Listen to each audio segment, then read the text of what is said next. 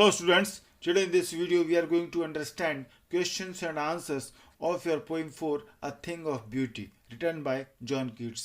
आज के इस वीडियो में हम आपको प्रश्न उत्तर समझाने वाले हैं अ थिंग ऑफ ब्यूटी के जो भी इंपॉर्टेंट क्वेश्चन है आपके टेक्स्ट बुक के क्वेश्चन आंसर हैं वो सभी को बहुत अच्छे से समझाएंगे। 1 मिनट का भी वीडियो आप स्किप ना करें, बड़े आराम से समझें और इनको आप अच्छे से राइट डाउन भी कर सकते हैं। हम आपको बहुत ही सरल भाषा में क्वेश्चन आंसर लेकर के आते हैं। आपको कहीं से भी इतने सरल और अच्छे क्वेश्चन आंसर नहीं मिलेंगे। तो चलिए स्टार्ट करते हैं। इसकी पोएम का फुल एक्सप्लेनेशन वीडियो हम पहले जारी कर चुके हैं।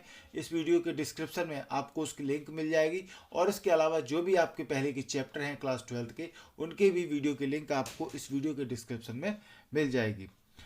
तो चलिए स्टार्ट करते हैं। सेक्शन फर्स्ट है बिफोर यू रीड। ये सेक्शन में आपको पोएम के पहले ही एक क्वेश्चन मिलेगा। उस क्वेश्चन को हम पहले देखते हैं। What pleasure does a beautiful thing give us? Are beautiful things worth treasuring? कोई सुंदर वस्तु हमें क्या आनंद देती है? ये फर्स्ट क्वेश्चन है। प्लेजर माने आनंद। कोई सुंदर वस्तु हमें क्या आनंद देती है? Are beautiful things worth treasuring? क्या सुंदर वस्तुएं संग्रह योग्य होती हैं? क्या सुंदर वस्तुएं सुरक्षित रखनी चाहिए, उनका संग्रह करना चाहिए, संग्रह योग्य होती हैं? ये हमारा क्वेश्चन है। आंसर देखें आप। A beautiful thing give just everlasting Joy and aesthetic pleasure. कोई भी सुंदर वस्तु हमको कभी न खत्म होने वाली आनंद एवरलास्टिंग जॉय देती है, खुशी देती है, और उससे हमको एस्थेटिक प्लेजर भी मिलता है, यानी सौंदर्यात्मक खुशी, जिसमें सौंदर्य बोध होता है। ऐसी खुशी जैसे हम गुलाब का फूल जब देखते हैं तो अचानक से मुंह से निकल जाता है कितना सुंदर फूल है, कितना अच्छा कलर है इसका, कितना तरोताज़ा है। तो ये एस्थेटिक चीज़ें हैं। एस्थेटिक इस तरह की सौंदर्यात्मक वस्तुओं को, जो सुंदर वस्तुएं होती हैं, उनको देख करके हमको कभी न खत्म होने वाला आनंद मिलता है, एवरलास्टिंग जॉय हमको मिलती है। They refresh our mind and satisfy our senses. ये सुंदर चीज़ें जो होती हैं वो हमारे मन को, माइंड को रिफ्रेश कर देती हैं, तरोताज़ा कर देती हैं, और हमारी इंद्रियों को, सेंसेस जो होती हैं 5 इंद्रियां, उनको सेटिस्फाई करती हैं, संतुष्ट करती हैं।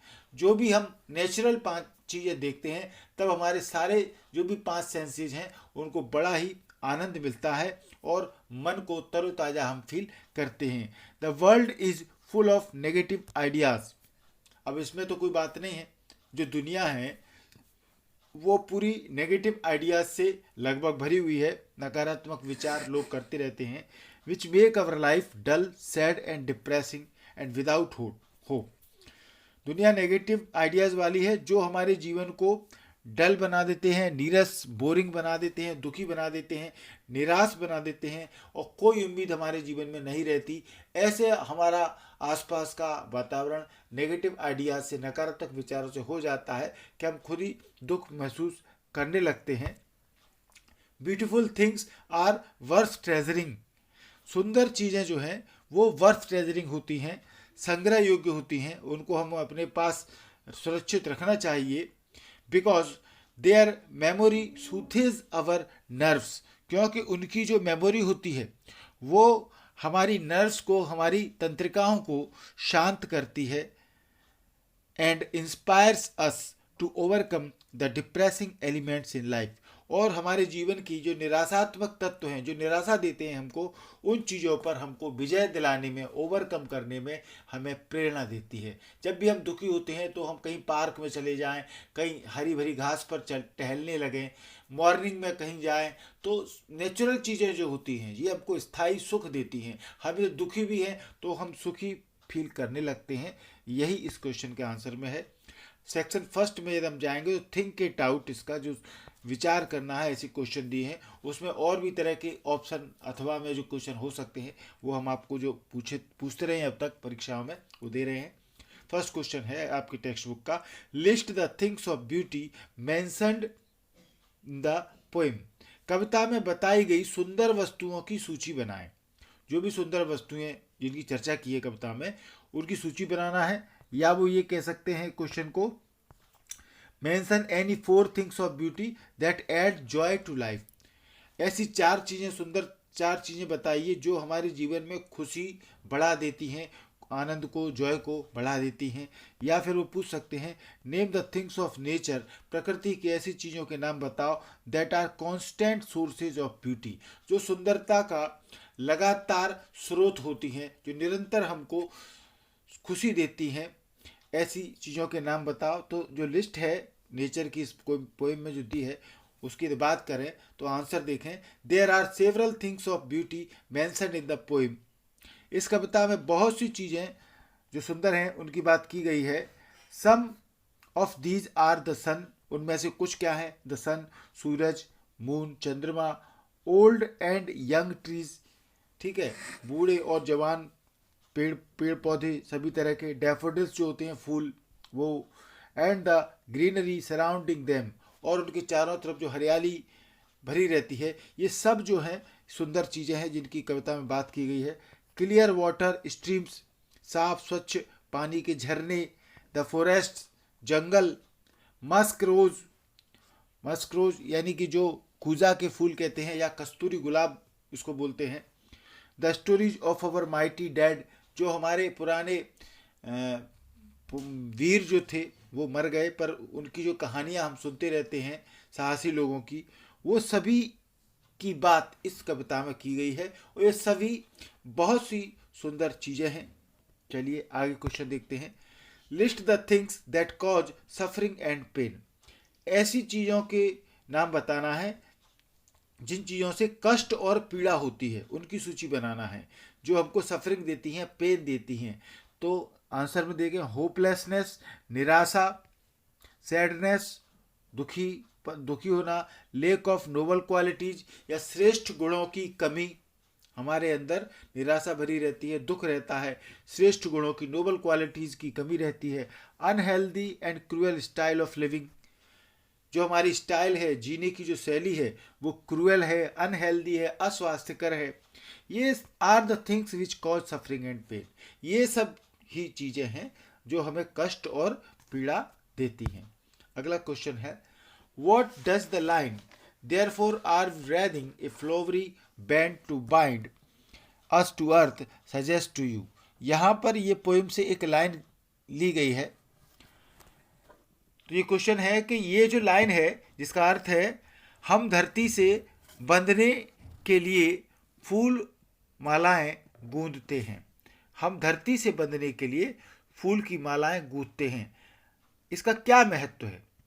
इस लाइन का क्या महत्व है, क्या वैल्यू है? आंसर देखें, ए thing of beauty give just eternal Joy, सुंदर चीज़ें हमको अनंत खुशी देती हैं। Nature provides us many sites that give just pleasure, प्रकृति हमको बहुत से ऐसे दृश्य दिखाती है जो हमें आनंद देते हैं।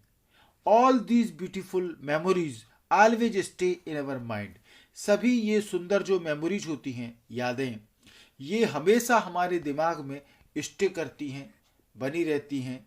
And bind us to earth, और हमको धरती से बांधे रखती हैं। Strengthening our relationship with nature, और प्रकृति से हमारे संबंधों को मजबूत करती हैं। आप मान के चलें कहीं पर हिमालय पर या उत्तराखंड में शिमला मनाली या ऐसी जगह गए, तो आप एक बार यदि गए हैं वहाँ पर और आपने प्रकृति की सुंदरता को नज़दीकी से देखा है, आपके दिमाग में वो सारे चित्र भरे हुए हैं, तो उन प्रकृति की सुंदरताओं से जो यादें बनती हैं वो यादें हमारे दिमाग में हमेशा बनी रहती हैं और हम दूसरों से भी उन यादों की चर्चा करते रहते हैं। और जब भी वो यादें हमारे दिमाग में आती हैं कि हम कितने अच्छे से वहाँ पर घूमे थे, कितना अच्छा हमको लगा था, वो सभी यादें हमेशा परमानेंट बनी रहती हैं और हमें वो खुशी प्रदान करती हैं। इसीलिए ये जो यादें हैं वो हमको प्रकृति से और जो धरती है उस धरती से हमको बांधे रखती है। अगला question, what makes human beings love life in spite of troubles and sufferings, मानव जाति जो है, ह्यूमन बींग्स, वो दुख और कष्टों के होते हुए भी, ट्रबल्स एंड सफरिंग्स, दुख और कष्टों के होते हुए भी जीवन से प्यार क्यों करता है? भाई आदमी दुखी होता है, कष्ट भी भुगतता है, पर कहता है नहीं भाई जीवन बहुत लंबा हो जाए और मेरी उम्र बढ़ जाए।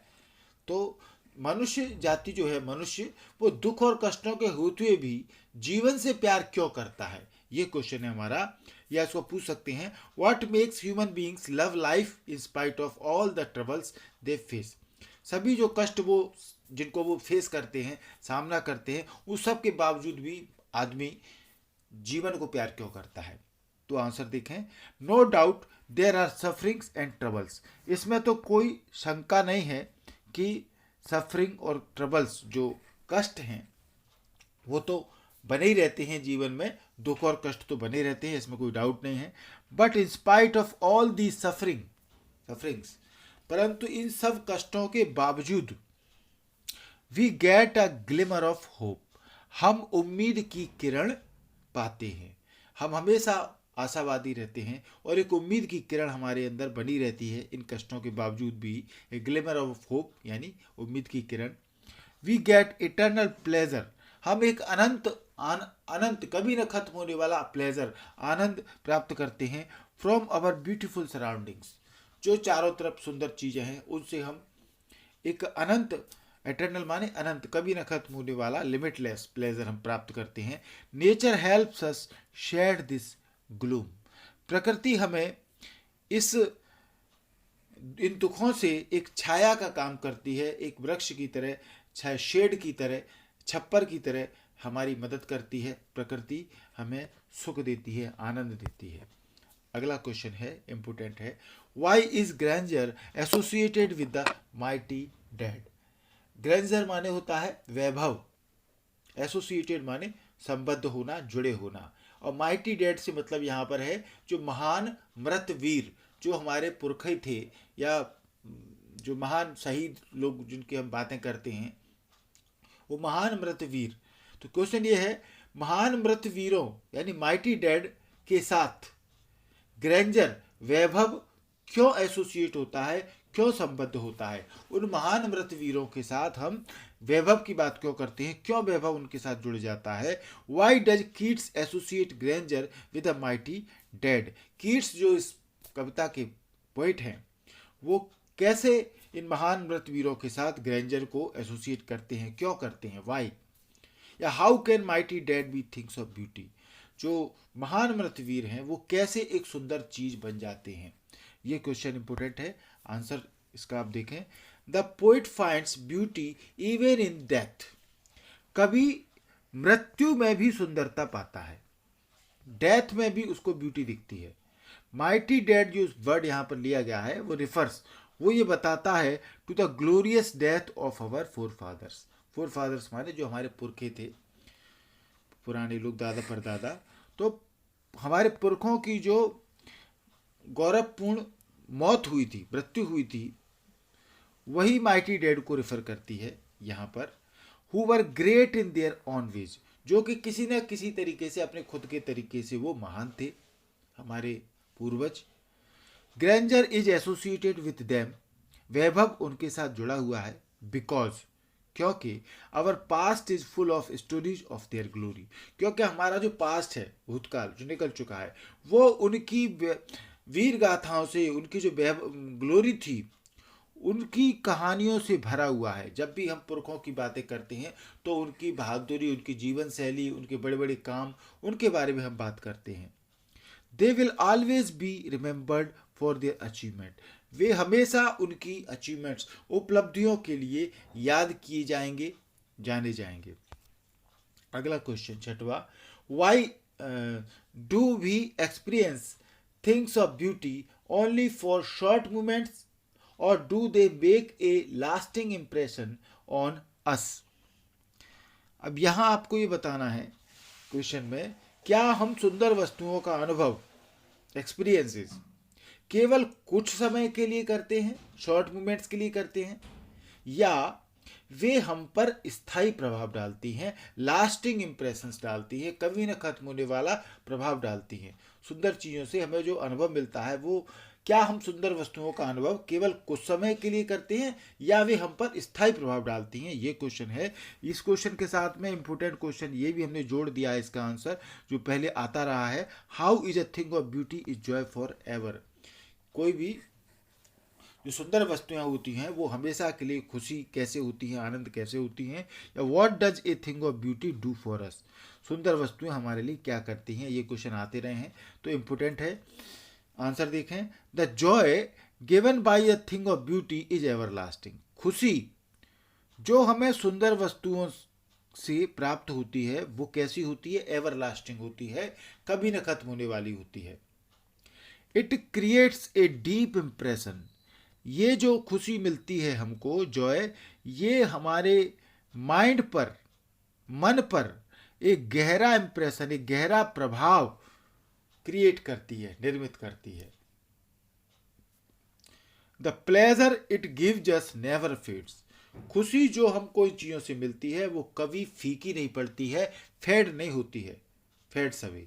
It only increases with time, ये समय के साथ में बढ़ती जाती है, कभी खत्म नहीं होती है। आदमी बीमार भी पड़ जाता है तो उसको बोलते हैं भैया इसको कहीं पहाड़ों पर ले जाओ, कहीं सुंदर प्राकृतिक स्थानों पर ले जाओ तो शायद इसके जीवन में सुधार हो जाए। तो प्रकृति में तो भाई एक अनंत प्रवाह है, अमृत है, वो कभी खत्म नहीं होता। अगला question, what image does the poet use to describe the beautiful bounty of the earth, bounty माने होता है उपहार।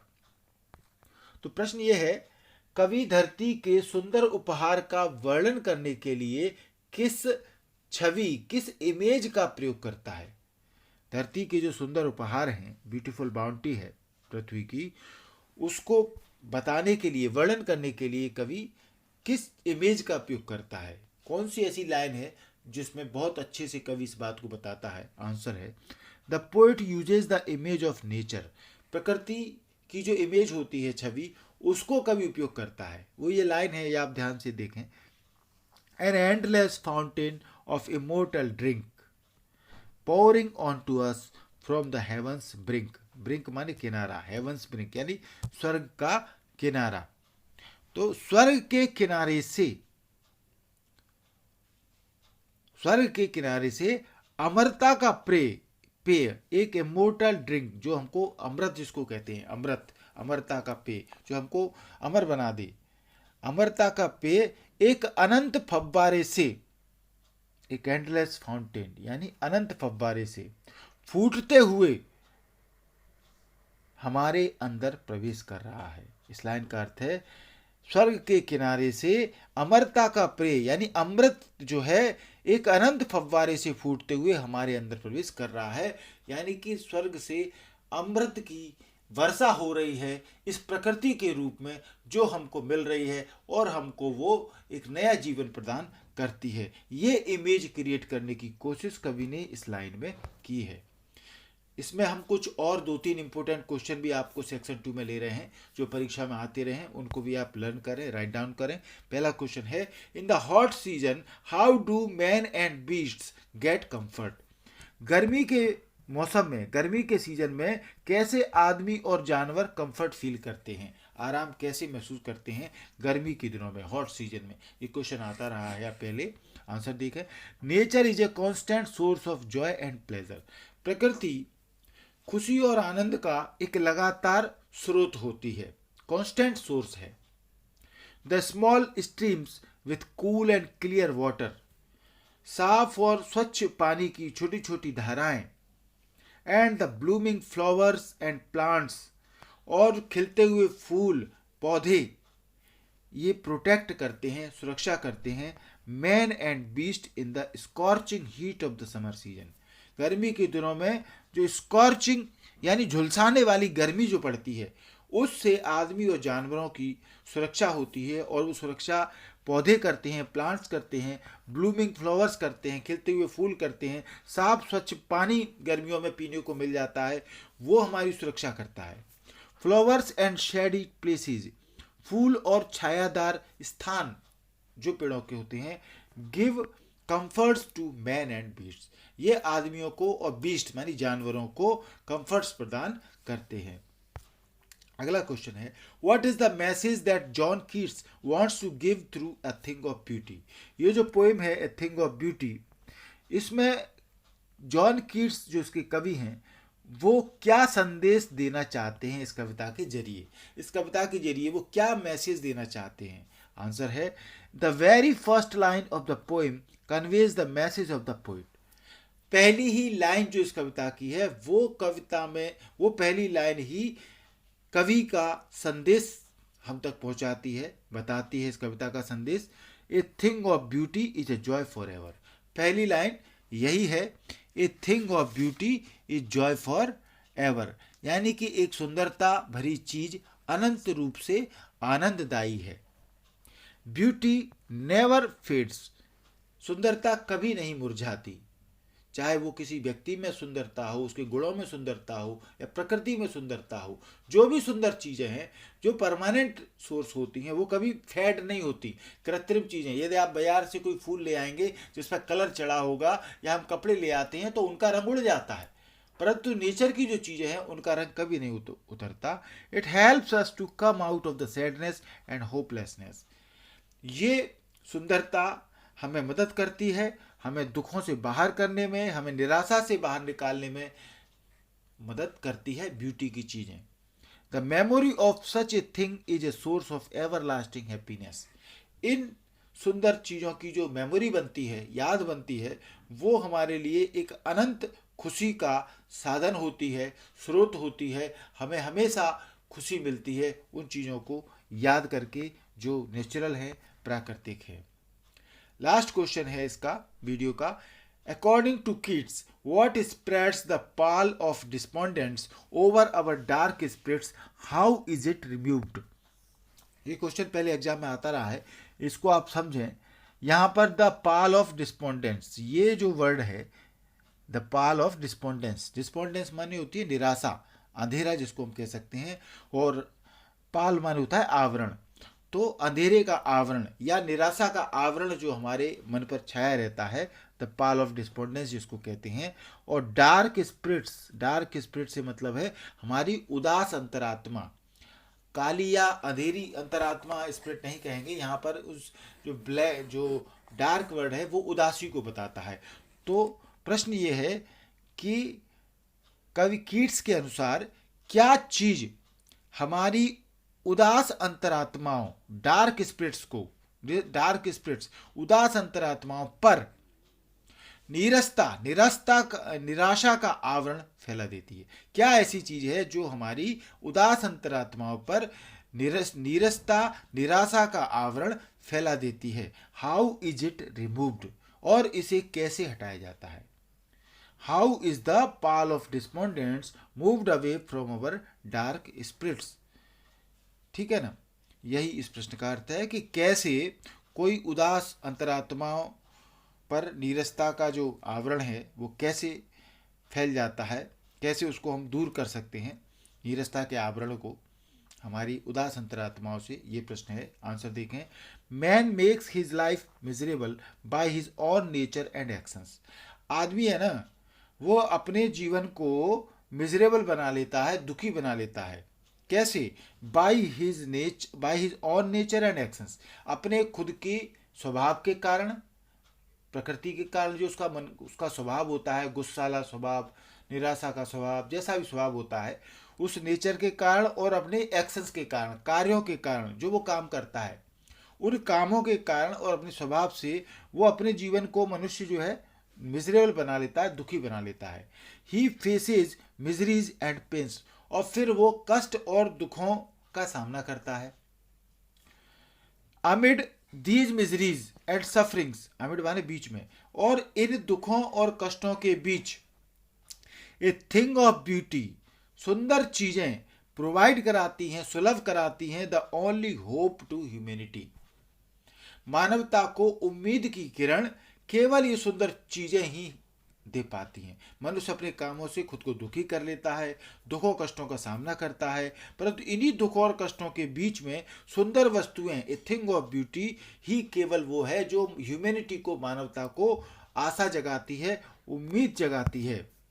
The hope and motivation comes from nature, उम्मीद और जो मोटिवेशन होती है, प्रेरणा, वो हमें नेचर से मिलती है। And it removes this Pal of disappointment, और इस निराशा के आवरण को ये हटा देती है प्रकृति। The beautiful sights give us inspiration to continue the journey of life. और जो सुंदर दृश्य होते हैं हमें प्रेरणा देते हैं, इंस्पिरेशन देते हैं, हम कंटिन्यू रहें, अपने जीवन की यात्रा को जारी रखें, कंटिन्यू करें, ऐसी प्रेरणा हमको ब्यूटीफुल साइड्स, सुंदर चीज़ों से हमें देखने को मिलती है। और इस प्रकार से हमें जो निराशा का आवरण होता है हमारे उदास अंतरात्माओं से वो हट जाता है। तो वीडियो आपको अच्छा लगा होगा। थैंक यू पूरा वीडियो देखने के लिए। अभी तक आपने एमपी इंग्लिश क्लासेस को सब्सक्राइब नहीं किया है तो जरूर सब्सक्राइब करें। बहुत सारे वीडियो की हमने प्लेलिस्ट बना रखी है, उस प्लेलिस्ट में आप जरूर जाएं, उनकी लिंक आपको उस वीडियो में मिल जाएगी। पूरा वीडियो देखने के लिए धन्यवाद। Thank you.